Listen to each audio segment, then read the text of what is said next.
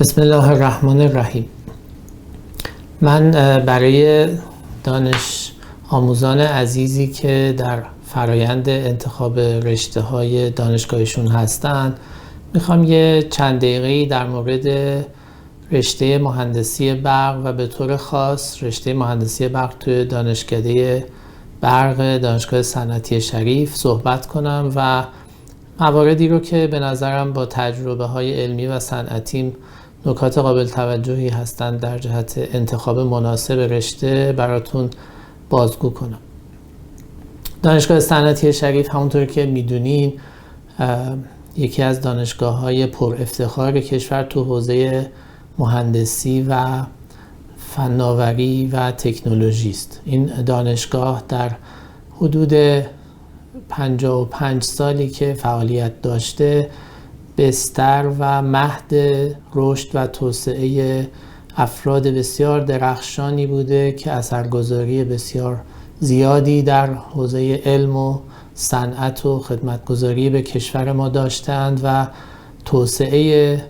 بخش‌های مهمی از صنعت و اقتصاد کشور به دستان توانمند این افراد صورت گرفته. بنیان دانشگاه صنعتی شریف بر اساس اصول علمی مدرن و تلاش برای ایجاد محیط علمی و آکادمیک همراه با آموزش خوب و پژوهش خوب و خدمت به صنعت کشور شکل گرفت و در طول این دهه‌های متعددی که دانشگاه فعالیت خودش رو داشته ما شاهد این بودیم که اساتید بسیار بسیار توانایی توی این دانشگاه خدمتگذاری کردند و دانشجویان بسیار برجسته‌ای رو تربیت کردند و نتایج خیلی خوبی رو برای کشور ایجاد کردند. دانشکده برق دانشگاه صنعتی شریف جزو اولین مجموعه های علمی بوده که توی این دانشگاه شکل گرفته، جزو دانشکده های پرسابقه این دانشگاه محسوب میشه. یه چیزی حدود 55 سال پیش تأسیس شده و در حال حاضر بزرگترین یا یکی از بزرگترین دانشکده های دانشگاه شریف محسوب میشه. ما توی این دانشکده یه جمعی به تعداد بیش از 70 استاد داریم و زمینه‌های تخصصی این اساتید محدوده وسیعی از دانش و فناوری رو پوشش میده. خب ممکنه براتون این سوال پیش بیاد که توی انتخابای ممکنی که شما دارین چرا خوبه که دانشکده برق دانشگاه شریف رو به عنوان محلی برای تحصیل خودتون انتخاب کنید. سوال خوبیه و پاسخهای مختلفی هست که به این سوال میشه داده بشه. من به چند تا از نکاتی که فکر میکنم موقعی که انتخاب رشته میکنید خوبه بهش توجه کنید و مورد عنایتتون قرار بگیره اشاره میکنم. نکته اولی که دوست دارم راجع بهش باهاتون صحبت کنم اینه که شما وقتی دانشگاه میرین هدف چیه و چیکار میخواین بکنین؟ خب دانشگاه محیطی است برای رشد و پیشرفت شما توی زمینه‌های علمی و تخصصی.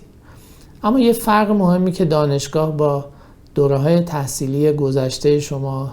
داره اینه که محیط دانشگاه همونطور که از اسمش پیداست محیطیه که بر مبنای محور علم آموزی و شخصیت علمی ایجاد کردن برای یک شخص بنا شده و به همین جهت شخصی که وارد دانشگاه میشه اسمش هست دانشجو، یعنی کسی که آمده برای اینکه دانش رو فرا بگیره، آمده برای اینکه شخصیت علمی خودش رو بسازه و آمده برای اینکه رشد کنه و بزرگ بشه. خب این رشد و بزرگ شدن جنبه‌های متعددی رو طبیعتاً داره. یک جنبه از جنبه‌های مهمش که دانشگاه خیلی بهش توجه داره جنبه علمی شماست، اما در جنبه‌های دیگری هم شخصیت شما باید رشد پیدا بکنه و پرورش پیدا بکنه. لذا دانشگاه خوب یه دانشگاهی است که علاوه بر این که به مسائل علمی شما توجه داره، جنبه‌های دیگری از شخصیت شما رو هم مورد عنایت قرار میده و بهش توجه میکنه. خب اول از جهت علمی من براتون توضیح بدم که دانشکده برق یکی از پر افتخارترین و نامدارترین دانشکده های برق کشور ماست و در رتبه بندی های علمی دانشکده برق دانشگاه شریف برترین دانشکده برق کشور ما ارزیابی میشه. این به دلیل جمع خوبی از اساتید بسیار توانا، علاقمند، پرکار، دانشمند و محققه که در طی سالها نسل پشت نسل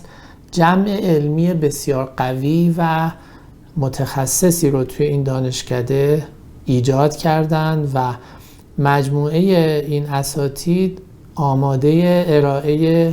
خدمت‌های متعددی در زمینه آموزش، کمک به رشد شخصیت شما در زمینه پژوهش و راهنمایی شما برای انتخاب مسیرهای مناسب صنعتی و حرفه‌ای در آینده‌تون هستند. جمع اساتید دانشکده برق شریف تنوع زیادی از تخصص‌ها رو در درون خودش داره.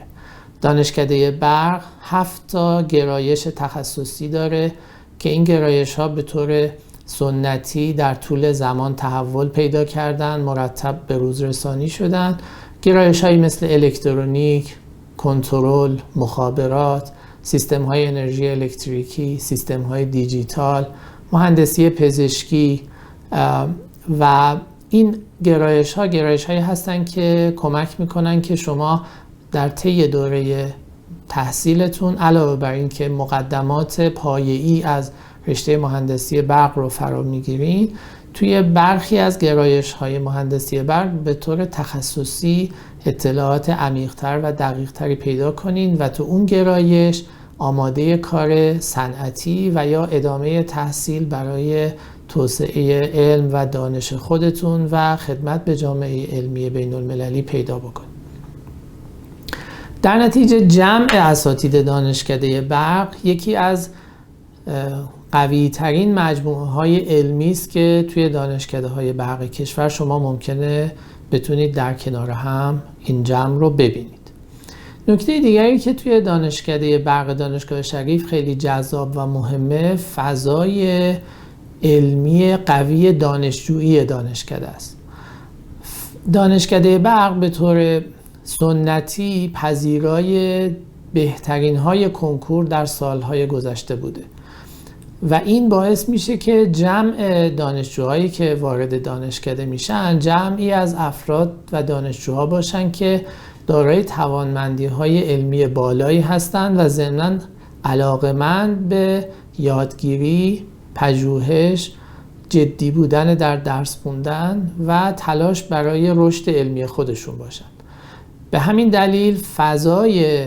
دانشکده ما از نظر دانشجویی فضای خیلی خوب و مناسبی است برای افرادی که علاقه‌مند به رشد علمی هستند. افراد وقتی وارد دانشکده میشن خودشون رو در میان همکلاسی هایی میبینن که اونها هم علاقه‌مند به رشد و پیشرفت هستند و این اثر جمعی تلاش برای بزرگ شدن یک اثر بسیار مشهود توی دانشکده ما هست.